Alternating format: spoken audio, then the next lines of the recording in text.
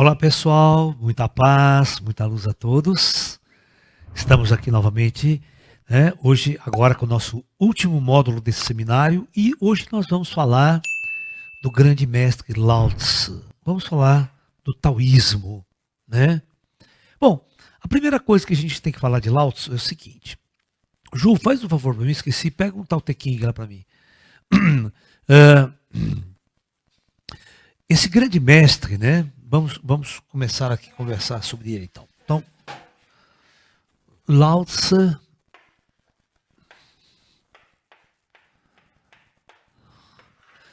tem muitas formas de escrever isso aqui, viu gente? Você vai ver, ó, Tzu, você vai ver, ó, Tzu com Z, tá? Mas é sempre a tentativa de trazer um som da língua chinesa para o alfabeto ocidental, tá? Então o chinês fala Lao Tzu. É difícil, Lao Tzu, né? Assim, entendeu? E ainda, se você pega o mandarim e fala do jeito, você pega outro cara lá, já é outra história. É que nem o sul aqui e o norte do Brasil, né? Então, a verdade é que esse mestre é, vamos supor,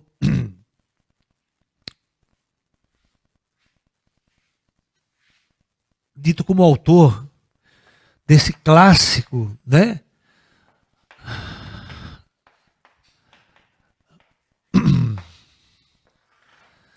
Do taoísmo, chamado Tao Te Ching, né? Vamos tentar entender. A verdade, esse clássico do taoísmo chinês é um dos primeiros livros que constitui, que coordena as ideias do taoísmo clássico. Tá ok?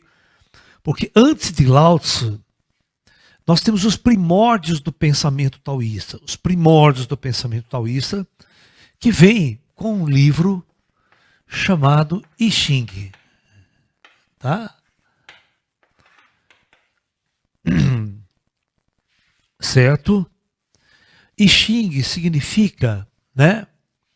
O I significa mutação,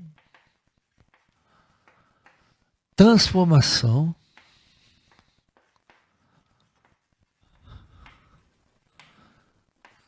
movimento.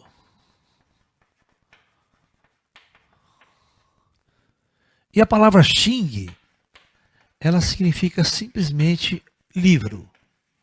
Ou seja, o livro que revela a lei fundamental do universo. Então, nos primeiros conceitos do taoísmo clássico, se desenvolve esse conceito, né, de que, no princípio, era o grande Ti. O grande Ti em chinês se chama Tai Chi. Tá? Uma energia primordial. Essa energia primordial, ela se manifesta no universo através de duas forças fundamentais que os chineses chamam de Yin e Yang. Ok? Então, eles vão entender que existem essas duas forças manifestas a partir de uma única força, né? E nós podemos comparar esse pensamento chinês aqui, básico, fundamental, com as outras religiões do passado, como, por exemplo, a Índia. Na Índia, nós temos Brahma, né? A força criadora do Deus divino, manifestando-se primariamente com suas duas forças, né? Shakti e Shiva, ou Shiva e Shakti, tanto faz. Ok? Então é importante notar essa semelhança dos pensamentos antigos. Aí nós vamos na filosofia judaico-cristã, nós temos Deus, né? E a criação do casal primordial, Adão e Eva. Ok?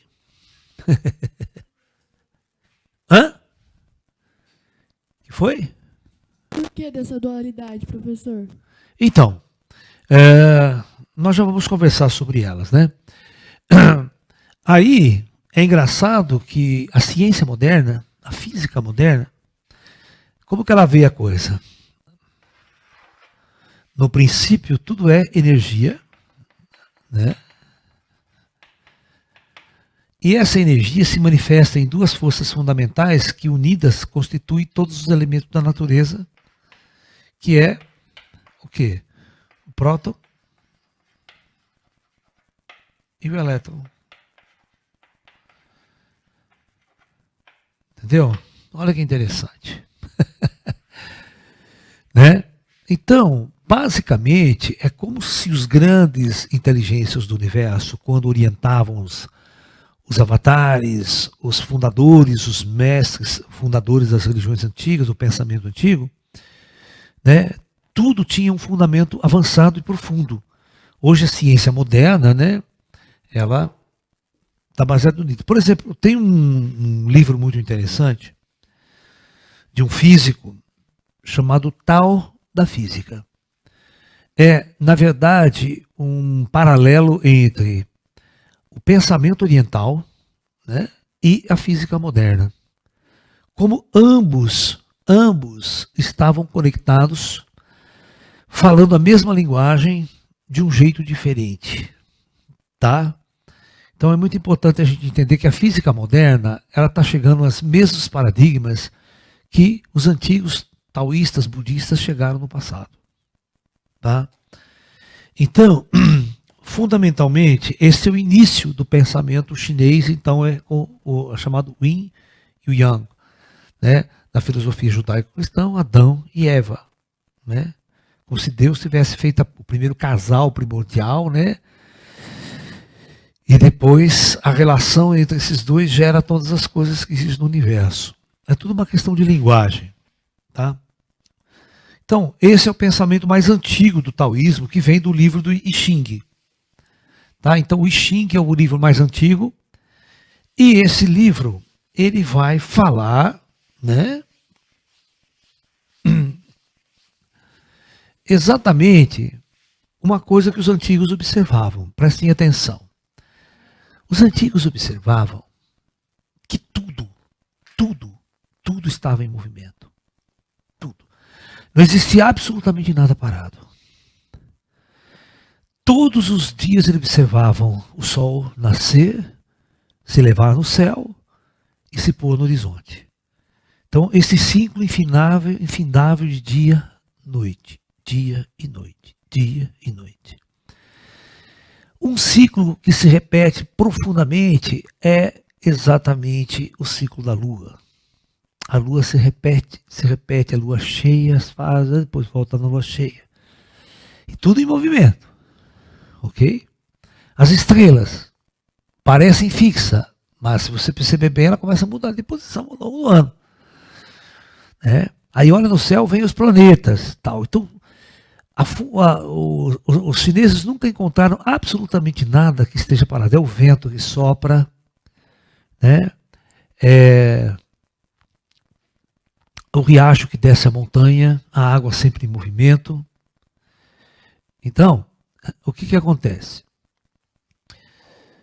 Este movimento, a filosofia grega também, a filosofia grega estava intrincada em entender o porquê desse movimento. Tá? Então, o início do pensamento grego vai dar origem e base à ciência moderna. A mecânica newtoniana. A mecânica newtoniana vai estudar o movimento e as causas do movimento. Né?